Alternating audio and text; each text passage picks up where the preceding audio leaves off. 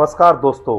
जब दुनिया 2025 को अलविदा कहने और नए साल की उल्टी गिनती में डूबी हुई थी, उसी समय भारत के दक्षिणी छोर पर श्रीहरिकोटा के शांत से दिखने वाले द्वीप पर एक ऐसी हलचल चल रही थी जिसकी आहट अब पूरी दुनिया महसूस करने वाली है। यह कोई धमाका नहीं था, यह कोई शोर नहीं था, और यह उस स्पेस क्रांति की तैयारी थी जो आने वाले वक्त में अंतरिक्ष की ताकत का पूरा समीकरण बदलने वाली है। हम अक्सर कहते हैं भारत बदल रहा है, लेकिन इस बार कहानी उससे कहीं आगे की है। इस बार भारत सिर्फ खुद को नहीं बल्कि पूरी दुनिया के स्पेस गेम के नियम बदलने जा रहा है। इसरो के रिसर्च सेंटर में महीनों से जिस ब्लूप्रिंट पर काम चल रहा था, अब वह फाइनल स्टेज में पहुंच चुका है। यह सिर्फ विज्ञान की जीत नहीं बल्कि अंतरिक्ष में भारत की पकड़ को स्थायी बनाने वाला एक रणनीतिक मास्टर स्ट्रोक है। खबर यह है कि भारत ने अब इंतजार खत्म कर दिया है। एक साफ और सख्त टाइमलाइन तय कर दी गई है, मार्च 2026। यही वो तारीख है जिसने वॉशिंगटन से लेकर बीजिंग तक के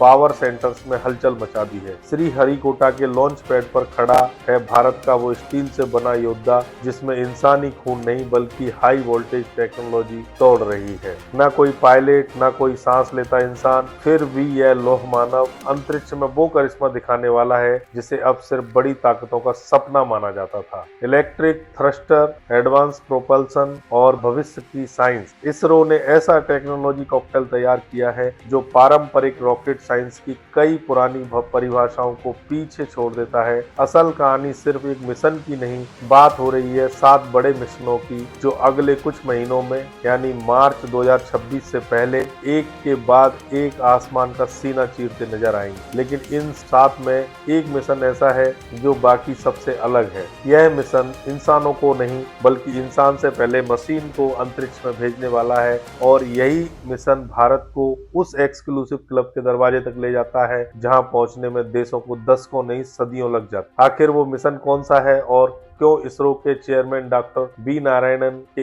एक बयान ने दुनिया की कई एजेंसियों की नींद उड़ा दी है? इन सारे सवालों के जवाब हम आपको आगे देने वाले हैं, इसलिए वीडियो के साथ अंत तक जुड़े रहिए। अब सीधे मुद्दे पर आते हैं। इसरो अब 2025 की नहीं 2026 की तैयारी कर चुका है। डॉक्टर वी नारायणन कमान संभालते ही साफ शब्दों में संदेश दे दिया कि अब रुकने का वक्त नहीं है। उनका ऐलान बिल्कुल सीधा था, मार्च 2026 तक इसरो 1-2 नहीं पूरे 7 मिशन लॉन्च करेगा, यानी लगभग हर 15-20 दिन में एक नया लॉन्च। यह रफ्तार बताती है कि भारत अब धीमी चाल नहीं बल्कि मिशन मोड पर दौड़ रहा है। इन लॉन्चों में सब कुछ शामिल है, पीएसएलवी की भरोसेमंद उड़ानें, जीएसएलवी की ताकत और छोटे सैटेलाइट के एसएसएलवी की फुर्ती। लेकिन इन सब के बीच जो सबसे बड़ा आकर्षण है वो है गगनयान मिशन का पहला अनक्रूड टेस्ट। मार्च 2026 की यह तारीख सिर्फ एक कैलेंडर मार्क नहीं है, यह उस सपने की नींव है जिसमें भारत अपने अंतरिक्ष यात्री खुद भेजेगा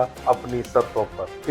इस मिशन का नाम है गगनयान G1। इसरो का सबसे ताकतवर रॉकेट LVM-3 श्रीहरिकोटा से उड़ान भरेगा, लेकिन इस बार कैप्सूल में कोई इंसान नहीं होगा, उस सीट पर बैठेगी व्योम मित्र। व्योम मित्र यानी अंतरिक्ष मित्र यानी साथी। यह इसरो की बनाई हुई एक महिला ह्यूमनाइड रोबोट है जो दिखती इंसानों जैसी है लेकिन काम करती है मशीनों से भी ज्यादा सटीक तरीके से। व्योम मित्र अंतरिक्ष में वही सब करेगी जो एक असली अंतरिक्ष यात्री करता है। स्विच पैनल ऑपरेट करना, केबिन का तापमान और दबाव जांचना, कार्बन डाइऑक्साइड के स्तर को मॉनिटर करना और सबसे अहम लॉन्च और री एंट्री के दौरान आने वाले झटकों और वाइब्रेशन को महसूस करना। क्योंकि 2027 में जब भारत अपने असली गगन यात्रियों को भेजेगा, उनकी सुरक्षा का भरोसा इसी मिशन की सफलता पर टिका होगा। यह सिर्फ एक टेस्ट नहीं, यह भारत के मानव अंतरिक्ष मिशन का सेमीफाइनल है और फाइनल मुकाबला अब ज्यादा दूर नहीं है। अब जरा इस बात की गहराई समझिए। अगर व्योम मित्र अपना मिशन पूरा करके सुरक्षित वापस लौट आती है तो यह सिर्फ एक सफल टेस्ट नहीं होगा, यह भारत के नाम दर्ज एक ऐतिहासिक लकीर होगी। दुनिया को साफ संदेश मिल जाएगा कि भारत अब अंतरिक्ष में इंसानों को भेजने का सपना जुगाड़ से नहीं बल्कि पुख्ता और भरोसेमंद टेक्नोलॉजी के दम पर पूरा करने जा रहा है। अमेरिका और चीन के लिए इतना जान लेना ही काफी होगा कि भारत अब चौथे नंबर का दावेदार नहीं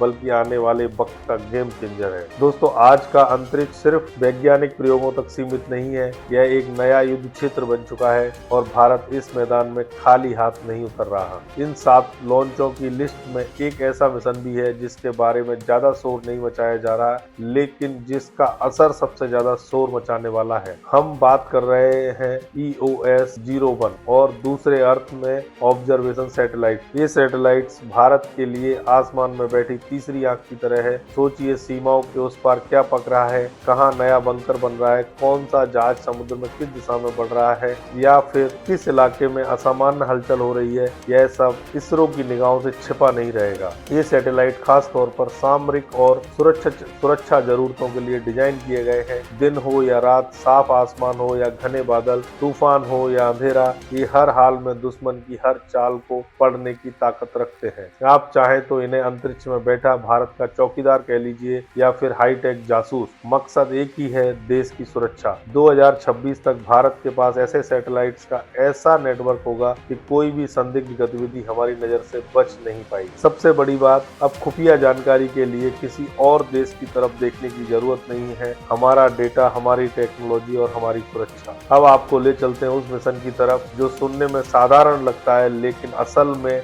भारत की स्पेस टेक्नोलॉजी को एक नई ऊंचाई पर ले जाने वाला है। इस मिशन का नाम है TDS-01 यानी टेक्नोलॉजी डेमोन्स्ट्रेटर सैटेलाइट। नाम भले ही भारी लगे लेकिन इसका काम क्रांतिकारी है। इस मिशन के जरिए इसरो टेस्ट करने जा रहा है इलेक्ट्रिक प्रोपल्सन सिस्टम। अब तक सैटेलाइट्स को चलाने के लिए भारी केमिकल फ्यूल ले जाना पड़ता था, जिससे वजन बढ़ता था, जगह कम होती थी और लागत भी ज्यादा होती। लेकिन इलेक्ट्रिक प्रोपल्सन में तस्वीर पूरी तरह बदल जाती है। यहाँ बिजली और आयन थ्रस्टर्स के जरिए सैटेलाइट को कंट्रोल किया जाता है। नतीजा कम वजन, ज्यादा क्षमता और लंबी उम्र। जिस काम के लिए 4 टन का सैटेलाइट चाहिए होता था, वही काम अब 2 टन में हो सकता है। मतलब ज्यादा कैमरे, ज्यादा सेंसर और ज्यादा सटीक जानकारी। इतना ही नहीं, इस मिशन में क्वांटम कम्युनिकेशन से जुड़े प्रयोग भी किए जाएंगे। यह वो तकनीक है जिसे हैक करना लगभग नामुमकिन माना जाता है। दूसरे शब्दों में कहें तो भारत का डेटा इतना सुरक्षित हो जाएगा कि दुनिया के सबसे ताकतवर सुपर कंप्यूटर भी उसे तोड़ नहीं पाएंगे। यह सिर्फ आज की नहीं, आने वाले दशकों की तैयारी है और भारत इस दौड़ में कंधे से कंधा मिलाकर नहीं बल्कि एक कदम आगे चलने की सोच चुका है। अब एक जरूरी सवाल, देशभक्ति और सुरक्षा अपनी जगह, लेकिन कमाई का क्या? तो जवाब सीधा है, इसरो इस मोर्चे पर किसी से भी पीछे नहीं है। इन 7 लॉन्चों में PSLV की कई उड़ानें पूरी तरह कमर्शियल है, यानी दूसरे देश भारत को पैसे दे रहे हैं ताकि उनके सैटेलाइट्स को अंतरिक्ष तक पहुंचाया जा सके। इसरो की कमर्शियल शाखा NSIL पहले ही कई बड़े करार कर चुकी है। इंडो मॉरिशस ज्वाइंट सैटेलाइट जैसे प्रोजेक्ट सिर्फ टेक्नोलॉजी नहीं बल्कि कूटनीति और बिजनेस का शानदार मेल है। इसके साथ ही भारत का प्राइवेट स्पेस सेक्टर भी अब पूरी ताकत से मैदान में उतर चुका है। ध्रुवा स्पेस जैसी देसी स्टार्टअप कंपनियों के सैटेलाइट्स भी इन्हीं रॉकेट्स पर सवार होकर अंतरिक्ष में जाएंगे। यह इस बात का साफ संकेत है कि स्पेस अब सिर्फ सरकारी प्रोजेक्ट नहीं रहा, भारत धीरे धीरे space industry of the world बनता जा रहा है। आज दुनिया यह मानने लगी है कि अगर एलन मस्क की कंपनियों के अलावा कोई भरोसेमंद, किफायती और सटीक विकल्प है तो वो है भारत का इसरो। PSLV की विश्वसनीयता इतनी जबरदस्त है कि इसे स्पेस इंडस्ट्री का वर्क हॉर्स कहा जाता है। हम अपनी शर्तों पर अपने रॉकेट से दुनिया का बोझ उठा रहे हैं और साथ साथ अपनी अर्थव्यवस्था को मजबूत भी कर रहे हैं। यह सिर्फ लॉन्च नहीं, भारत के भविष्य का ऐलान है। तो दोस्तों, मार्च 2026 तक होने वाले ये 7 लॉन्च के रॉकेट्स का उड़ना नहीं है, यह भारत की तकनीकी ताकत का ऐलान है। डॉक्टर B नारायणन की अगुवाई में इसरो ने जो रोड मैप तैयार किया है वह यह भरोसा दिलाता है कि 2047 का विकसित भारत सिर्फ एक सपना नहीं बल्कि तय की गई मंजिल है। एक तरफ गगनयान मिशन इंसानों को अंतरिक्ष में भेजने की तैयारी में है, दूसरी तरफ चंद्रयान 4 चांद से मिट्टी लाने की योजना बना रहा है और तीसरी तरफ भारत की तीसरी आंख आसमान से हर चुनौती पर नजर टिकाए बैठी है। यही है नया भारत जो देख भी रहा है, सोच भी रहा है और भविष्य को अपने हिसाब से लिख भी रहा है।